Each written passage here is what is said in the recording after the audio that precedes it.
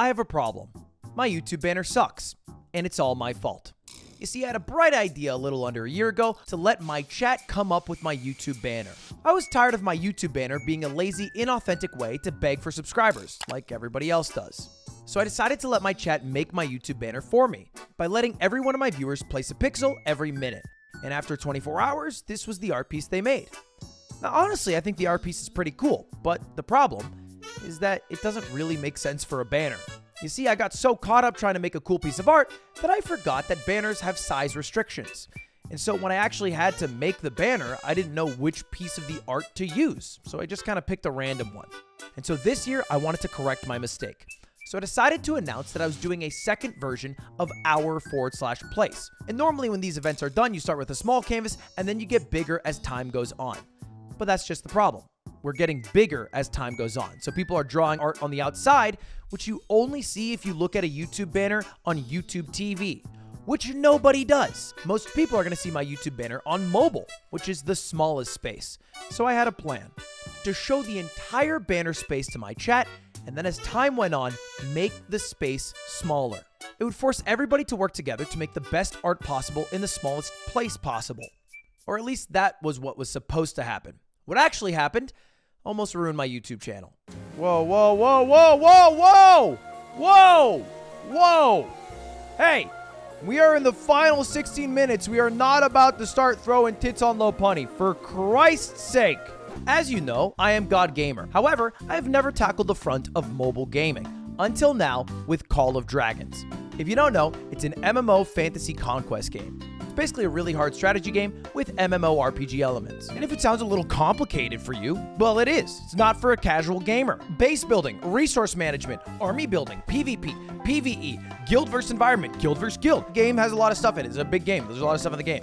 But the coolest part of the game are the behemoths. These big, beautiful bosses are what's at the end of every single world. And they're going to take a whole lot to take down. But if you do, and you're good enough, then you can use them later in the game. Look, this is the mighty red dragon. It's like the final boss. If you beat the mighty red dragon, that's when you become a God Gamer. Once you've tamed your behemoths, you can deploy them in battle. Different training styles have vastly different effects, even on the same behemoth type. With multiple skill trees to choose from, pairing one behemoth with the right combination of units and heroes is just another example of the depth this game has. Call of Dragons is available on PC and mobile and also has crossplay available, so it doesn't matter where you're playing. And if you download the game right now with the link in the description and use code CODMONSTER, you'll get exclusive stuff in the game. And who knows, maybe it's enough to end up being a God Gamer like me. Please use a clip of me looking really good in video games. No! No! Thank you to Call of Dragons. All right, back to the video. But let's start from the beginning, where I started the stream with a 12-hour countdown and the entire canvas to work on, which is a very large space. Immediately, I realized it was almost too big of a space. We only had 5 hours to fill up the entire piece before I reduced the canvas size. And bear in mind, the YouTube TV banner is over 3 times larger than the banner on desktop, even though, again, nobody will see it. So to help push things along, I decided to give my chat some stencils to make some cool art. Like my cat Coots. It's really cute. Until they fucking ruined it. What the fuck? And at this point, we need to talk about flags. They're one of the most commonly built things in any sort of our place experiment, whether it's Reddit's or mine. And it makes sense if you think about it. Flags are something everyone can get behind if you're from the same country or you're gay. And they're super easy to make. It's usually just a few different color blocks. Because of that, however, they tend to get out of hand.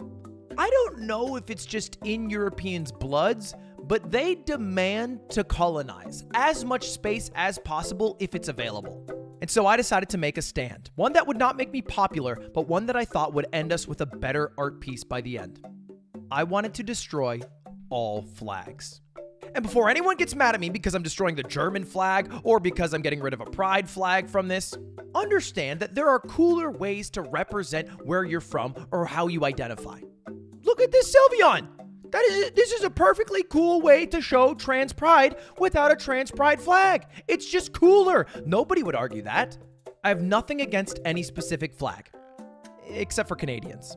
And so to kick off my war against all flags, I decided to use the Quebecois flag as an example by having it get jizzed on by Kirby. Sorry, Quebec. If it makes you feel better, you've just got $100 million injected into your economy. I don't know, actually, wait, that's not how taxes work in Canada.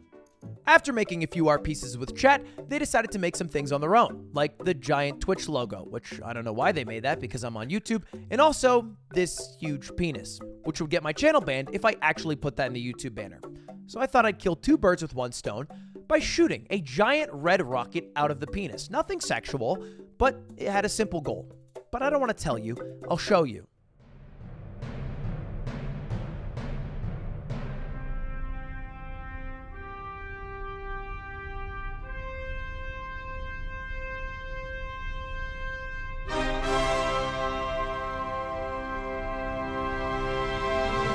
After the switch over to YouTube, it was time to announce that we were shrinking the painting. Instantly, competition for space on the art piece became fierce. You had flag lovers against Pokemon, against rainbows, against the void. Everyone wanted their piece in this final pixel art. But things were getting a little out of hand. I like to be pretty hands-off in the process, but if I get too hands-off, chaos starts. And I wanted to make sure that what was at the center of this banner, what everybody would see on mobile, is something that actually reflects me in the stream.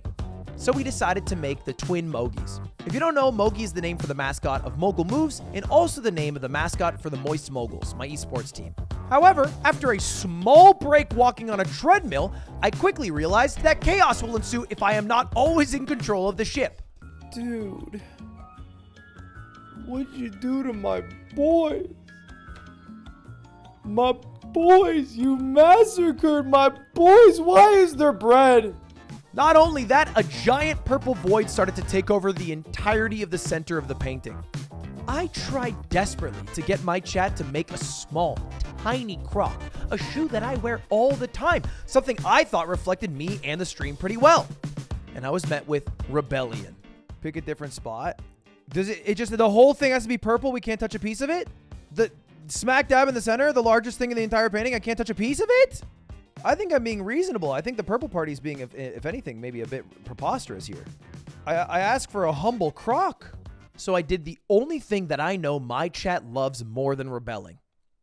Lopunny. Now I know what you're thinking. This is a bit of a risky maneuver. Putting Lopunny, a character that people often sexualize, could result in something that gets my channel banned off of YouTube. Just moments before, an innocent pixel art of Mario on the toilet ended up with Mario with piss and shit all over him. But to ensure the sanctity of this art piece, I set a special crew on the job to make sure Lopunny was safe for work. Here's my plan. Let's get 3 groups of people. No, we're gonna have 4 groups of people. Group 1 are people who are born between the 1st and the 9th. Group 2 are people who are born through the 10th and the 19th. Group 3 are people who are born through the 20th through the 29th. And group 4 is people born on the 30th and 31st. It's a very small elite group of operatives. Group 1, you guys, you get the honor of working on the grippers, all right? Group 2, ear, right ear. Group 3, left ear. Group 4, you're gonna work on what we call compliant. You're our compliance department, okay? Content moderation, right? There are people here who are gonna jump to Lopunny's tits. They're gonna jump to her bosom, her back, her whatever. You guys need to prevent, you're preventing feral behavior, okay? There's gonna be outlaws, there's gonna be perverts. You need to stop all feral behavior. All right, let me, I'll drop the opacity a bit more. Honestly, we made like a real Lopunny, you know what I mean? Like fuck these supermodel Lopunnies with these snatched waists, like we made a real girl bod. And let me tell you, it was a battle to make sure that Lopunny did not end up getting defiled. Group 4, I need you guys to be watching that. There's some nefarious activities happening. And after it was all said and done, 12 hours of work in the books, we ended up with this masterpiece. But a picture really doesn't tell the full story, so check out the time lapse. 12 hours of over 10,000 people trying to make my YouTube banner.